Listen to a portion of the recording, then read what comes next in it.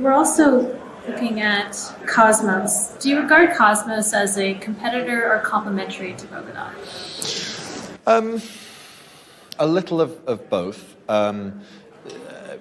Primarily complementary, because what Cosmos attempts to deliver is essentially a bridging technology. It says that blockchains have their own consensus, they have their own security, they have their own validators, they have their own capital that is securing these validators, and really it's just trying to provide a technological bridge so that each of these completely capital independent chains can sort of talk to each other. Now this is problematic.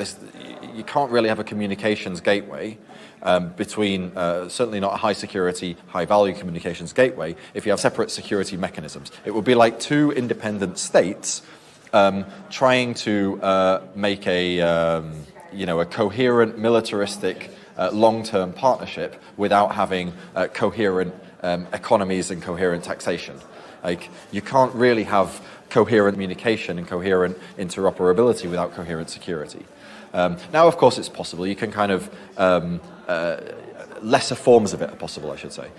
It's possible to muddle along and kind of hope for the best and say, well, we'll sort of have a much higher amount of time that we let pass before we accept that this event that we think has happened and should have a consequence on this other chain. But basically, it's really quite it's insecure at a fundamental level, and that reduces the application set, the use cases that can be done within a system like Cosmos. And there's if you want to compare and contrast Polkadot with its sort of general security umbrella, so the fact that all of the individual shards, all the parachains, operate under the same security guarantees, is much more similar, technologically speaking, in terms of the guarantees given to application developers to the Ethereum 2 system, which is a truly kind of decentralized sharded blockchain, than the Cosmos system, which is really just a set of independent